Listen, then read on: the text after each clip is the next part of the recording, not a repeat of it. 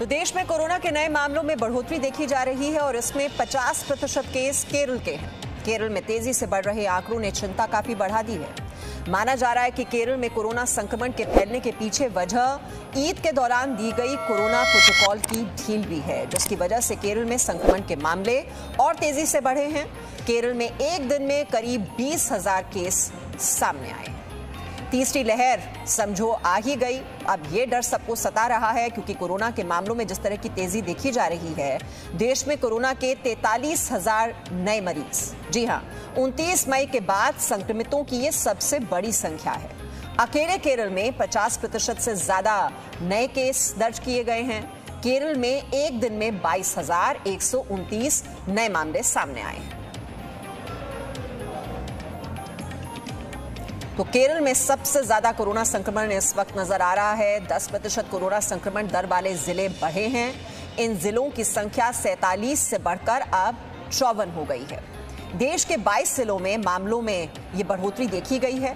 केरल और पूर्वोत्तर के राज्यों में ये मामले बढ़े हैं। तो सबसे ज्यादा जो चिंता है वो केरल को लेकर इस वक्त दिखाई दे रही है, क्योंकि एक दिन में 22,000 नए कोरोना केस वहां पर सामने आए हैं। 51 दिनों का रिकॉर्ड टूट गया है। 20,000 से ज्यादा मामले जब दर्ज किए गए हैं। जांच संक्रमण दर फिर से 12% के पार है और अब तक केरल में कोरोना की वजह से 16,326 मौतें हो चुकी हैं। बीजेपी ने कोरोना संक्रमण के बढ़ते मामलों को लेकर केरल सरकार पर निशाना साधा है और ईद में दी गई ढील को इसके लिए जिम्मेदार ठहराया है। वही कारण है कि आज कोविड प्रोटोकॉल का जो फॉलो नहीं होता है, उससे ये बीमारी आगे बढ़ सकता है। ये बार बार सावधानी बरतने के लिए आग्रह किया जाता है।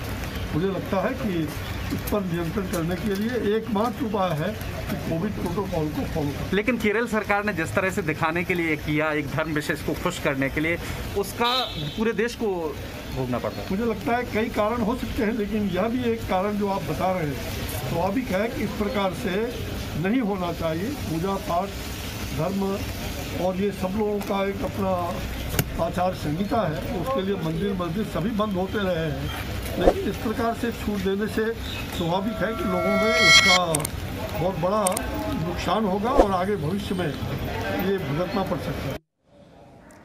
तो देश में कोरोना के मामले भले ही कम हो रहे हों, लेकिन फिलहाल ये मान लेना सही नहीं होगा कि दूसरी लहर चली गई है, क्योंकि स्वास्थ्य मंत्रालय की रिपोर्ट में यह दावा किया जा रहा है कि कोरोना के मामले कुछ शहरों में दोबारा से बढ़ रहे हैं। ऐसे में और भी ज्यादा सावधानी से कोरोना नियमों का पालन करने की जरूरत है।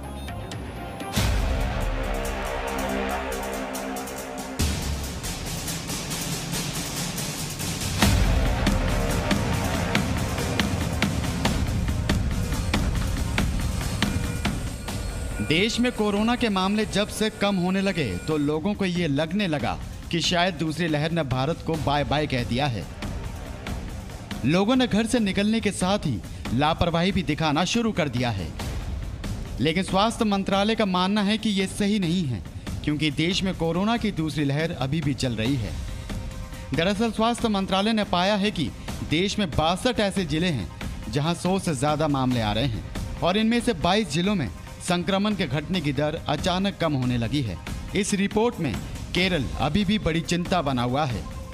यानी आसान शब्दों में कहा जाए तो धीरे धीरे ही सही, मगर अब केस बढ़ रहे हैं। हालांकि ये रफ्तार काफी धीमी होने की वजह से शायद हमें और आपको इसका ध्यान नहीं है। जैसे शुरू के कुछ हफ्तों में एक शार्प डिक्लाइन नोट किया गया था, अब पिछले 2-3 हफ्तों से यह डिक्लाइन में एक जो रेट ऑफ डिक्लाइन है उसमें कुछ कमी भी नोट की गई है, which remains an area of concern. अगर हम 25 जुलाई वाले हफ्ते में नोट करें तो पाते हैं कि 62 ऐसे जिले हैं अभी भी देश में जहां पर 100 से अधिक केसेस आते हैं। अभी भी देश में 22 ऐसे जिले हैं जहां पर कि पिछले 4 हफ्तों में हमने एक increasing trend in cases note किया है। We may be tired but virus is not. तो हमें सतत प्रयास करना है कि हम वायरस से अपनी इस लड़ाई को जारी रखें। लेकिन ये बताने की जरूरत नहीं कि अगर मामले बढ़ रहे हैं तो इसके पीछे क्या कारण है। बाजारों और सार्वजनिक जगहों पर जिस तरह से लापरवाही जारी है, उस पर यह तो साफ हो ही जाता है कि कोरोना के मामलों में बढ़त क्यों देखी गई। लेकिन भीड़ और लापरवाही से ज्यादा मॉनसून भी स्वास्थ्य मंत्रालय के लिए बड़ी चिंता बन गया है। दरअसल स्वास्थ्य मंत्रालय का मानना है कि बारिश के कारण होने वाली बीमारियों से संक्रमण फैल सकता है। बारिश में होने वाले खांसी जुकाम से कोरोना संक्रमण लोगों के बीच तेजी से फैल सकता है। मॉनसून और जब बारिशें हो रही हैं तो ऐसे समय में मच्छरों के द्वारा फैलने वाली बीमारियों का फैलने का खतरा भी रहता है और भी अधिक बीमारियां आने का कारण हो सकता है।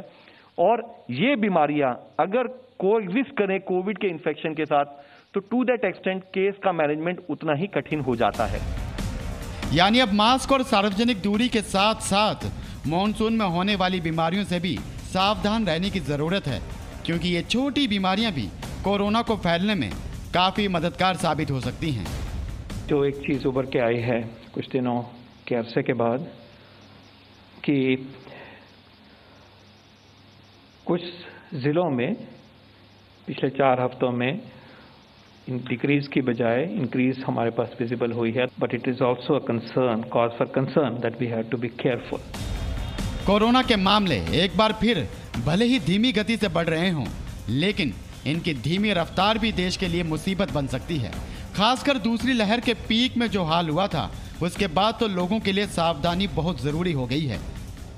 और अब तो मानसून की बारिश एक नई चिंता बन गई है, यानी कोरोना के इस डबल अटैक के खिलाफ डबल सावधानी रखने की जरूरत है। ब्यूरो रिपोर्ट, जी मीडिया। और प्रधानमंत्री मोदी भी कोरोना की तीसरी लहर को लेकर देशवासियों को अलर्ट कर चुके हैं। पीएम मोदी ने कई बार कहा है कि लापरवाही से कोरोना की तीसरी लहर आ सकती है। बहुत जरूरी है कि जिन राज्यों में केसेस बढ़ रहे हैं उन्हें प्रोएक्टिव मेजर्स लेते हुए तीसरी लहर की किसी भी आशंका को रोकना होगा।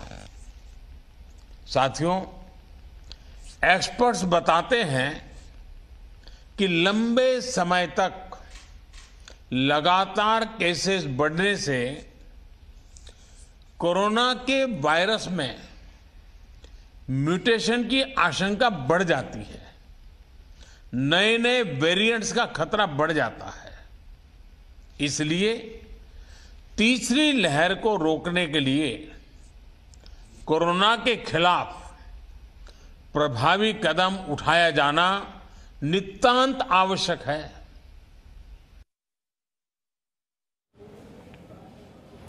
और वहीं राज्य मंत्री राजीव चंद्रशेखर ने कहा है कि केरल सरकार की वजह से पूरे देश को कोरोना का खतरा एक बार फिर से बढ़ गया है। जो अभी सेकेंड वेव इतने एक एफर्ट से नरेंद्र मोदी जी सरकार ने एक सेकेंड वेव के साथ एक सक्सेस हो रहा है और हम एंटिसिपेट करें कि थर्ड वेव हो सकता है। और ऐसे अगर केरल जैसे स्टेट्स फेल होते हैं अपने गवर्नेंस में और कोविड मैनेजमेंट में, ये पूरे देश भर में फैल सकता है और ये थर्ड वेव हम सबको इफेक्ट कर सकता है। तो मैं मानता हूँ कि केरल के सरकार कोविड के मसले पे पॉलिटिक्स ना करें, वोट बैंक की राजनीति ना करें और ताकि फोकस करें कि इसका एक गवर्नेंस और एक जो एक्शन लेना है ताकि ये जो केसेस कम हो, वैक्सीनेशन ज़्यादा हो। Presenting B News app, available on Google Play and App Store. Download it now.